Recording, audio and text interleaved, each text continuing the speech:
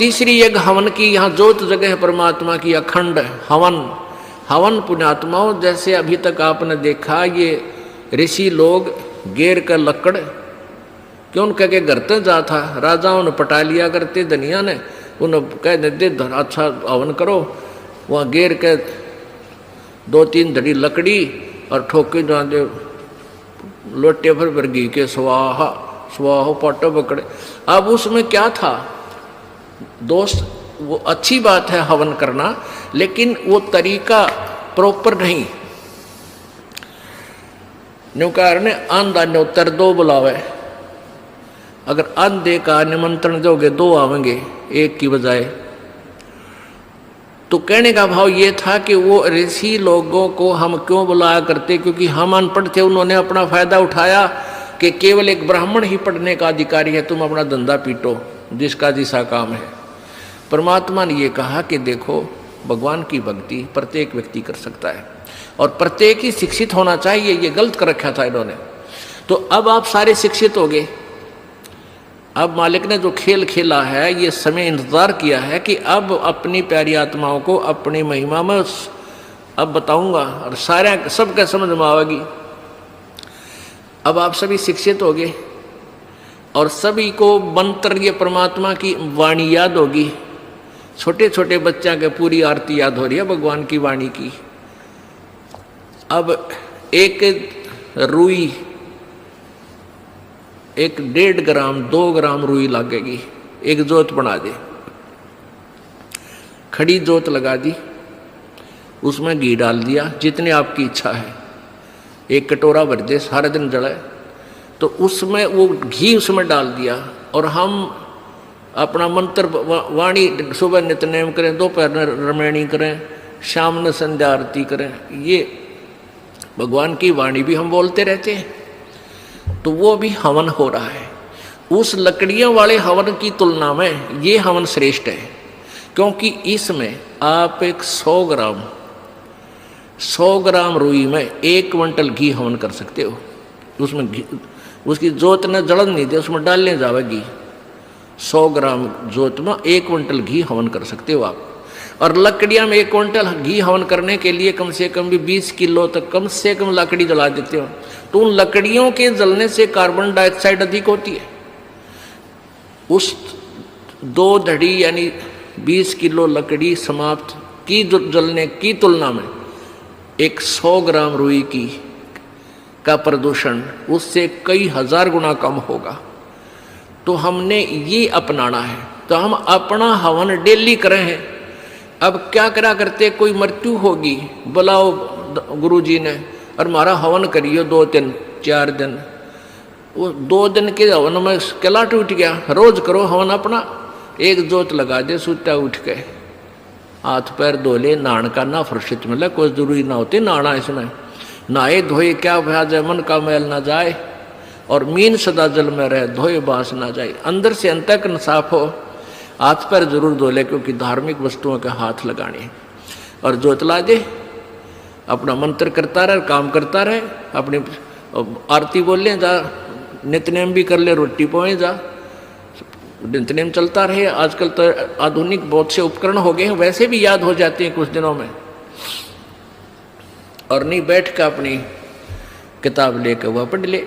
अब पर हवन हो गया तो हम अपना काम आप करेंगे, जो बात बनेगी। किसी के बच्चा हो जाता था तो उसने क्या कहा करते, 7 दिन तक तुम, जैसे पहले ज्योति तो सभी जलाते थे, तो क्या कहते थे, 7 दिन ज्योत नहीं जलानी तुमने, 13 दिन। वो तेरा गजब हुई हो, 13 दिन रोटी नहीं खाते या तुम और काम ना करते। और किसी की मृत्यु हो जाती है उसमें भी ऐसे कहा करते थे। जैसे जन्म होने पर तो वो जब तक वो छठ ना होती इतने कहा करते, मृत्यु के बाद कहते हैं 13 दिन तक आपने कोई धार्मिक क्रिया नहीं करनी। है तेरा गजब हो। परमात्मा रोटी रोज खा रहे हो, किसी दिन भी ना छूटती, ठीक है। कोई प्रिय की मृत्यु हो जाती है, रो पीट के दोपहर तक ना खाओगा, शाम में खानी पड़ेगी, रो पीट के रोटी खानी पड़ेगी। तो ऐसे ही भक्ति परमात्मा का हवन ज्योति डेली आरती रोज करनी है, चाहे दुख हो चाहे सुख हो। ये परित्याग नहीं करना, ये भूल है हमारे। अब जो प्रसंग चल रहा है वहीं आते हैं फिर। अब पांचों यज्ञ आप कर रहे हो, एक यज्ञ धर्म की, दूसरी यज्ञ ध्यान और तीसरी यज्ञ हवन की। यहाँ जितने भी जैसे पाठ चल रहे हैं, अगर 150 पाठ हैं तो 150 ज्योति जला दी जाएंगी और 3 दिन तक अखंड ये ज्योति जलेंगी। हवन हो रहा है। फिर जो अन्य भी कोई अपनी ज्योति जगवाने के लिए दान करते हैं, उनकी अलग से ज्योतियाँ जलाई जा रही हैं। वो दिन रात पूरे महीने चलती हैं, पूरे वर्ष चलती हैं। तो ये एक तीसरी यज्ञ हवन की, चौथी यज्ञ प्रणाम और पांचवी यज्ञ ये तत्व ज्ञान की। इन पांचों यज्ञों और ओम नाम के मंत्र की कमाई को हम इस ज्योति निरंजन के पास छोड़ देंगे। हम क्या करते रहे, हम पहले ओम नाम का जाप करते, ये पांचों यज्ञ करते, उसका फल हम स्वर्ग, महास्वर्ग, ब्रह्मलोक में जाकर नष्ट कर देते ये पुण्य। फिर पाप के लिए नरक में जाते, फिर 84 लाख योनियों में धक्के खाते। अब परमात्मा से हम की वाणी से हमें ज्ञान हो गया कि इस कमाई को हम वेस्ट नहीं करेंगे। हम यहाँ कोई मंत्री बनेंगे, ना हमने मुख्यमंत्री बन की आवश्यकता, ना प्रधानमंत्री, ना इंद्र की पदवी हमें नहीं चाहिए। इंद्र दा राज काग दा बिष्टा, इंद्र स्वर्ग का राज भी हमारे लिए काग की बीट तुल हो जाना चाहिए। यदि आप सतलोक जाना चाहते हो और तुम्हारे सरपंच की पीपी इधर बैठो है तेरा, फिर किसे भगत तुम?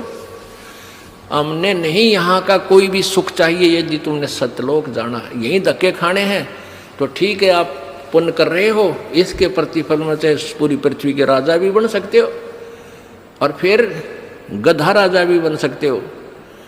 तुरंत ये पहले सोच लेना। राजा कहते हैं कबीर, हरि के नाम बिना ये राजा रसब हो। बड़े गधे ने रसब बोले। हमने यहाँ से पीछा छुटवाना पुण्यात्माओं, इस बात को कति अपने पल्ला गांठ लगा लो।